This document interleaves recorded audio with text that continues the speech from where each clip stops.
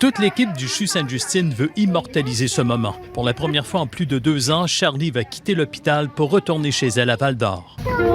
Tourne, Charlie. Depuis son admission en mai 2018, la fillette de 4 ans attend un cœur. Charlie est né avec un ventricule unique, ce qui fait que son oxygénation dans le sang est pas bonne. Elle a eu 2 chirurgies, mais ça lui prend absolument un nouveau cœur.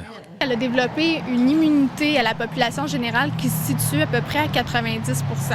Il y a tout au plus 15 donneurs pédiatriques chaque année au Québec. On avait eu un appel en février 2019. Malheureusement, elle n'était pas compatible avec Charlie. L'avantage de Charlie, c'est qu'elle est très, très stable avec un support intraveineux inotropique, donc un médicament qu'on ne peut donner que par voie intraveineuse qui aide le cœur quand même à se contracter. Elle est allo-immunisée, elle a des anticorps contre un certain nombre de protéines qu'on retrouve dans la population, donc on a beaucoup de mal à trouver un greffon pour elle. Après de nombreux mois d'attente, elle et ses parents retournent à la maison en attendant un donneur. L'équipe du CHU Sainte-Justine et du CLSC va les suivre en permanence. C'est la première fois qu'une petite part pour aussi longtemps à la maison, chez elle, avec ce traitement intraveineux.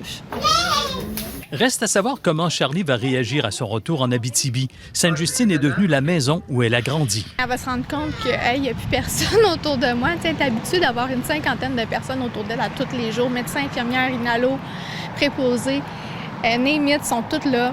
C'est en sachant très bien que la vie d'un enfant ne doit pas se dérouler dans un hôpital que la famille et l'équipe médicale se préparent à ce départ depuis le mois de mars. On ne sait pas si elle va l'avoir, sa greffe. On ne sait pas ce qui va se passer, puis on veut lui offrir une belle vie, puis on veut avoir d'autres souvenirs que l'hôpital. Puis c'est notre priorité numéro 1. C'est sûr qu'on veut se rendre à la greffe, mais pas au détriment de son bonheur. Harold Gagné, TVA Nouvelles, Montréal.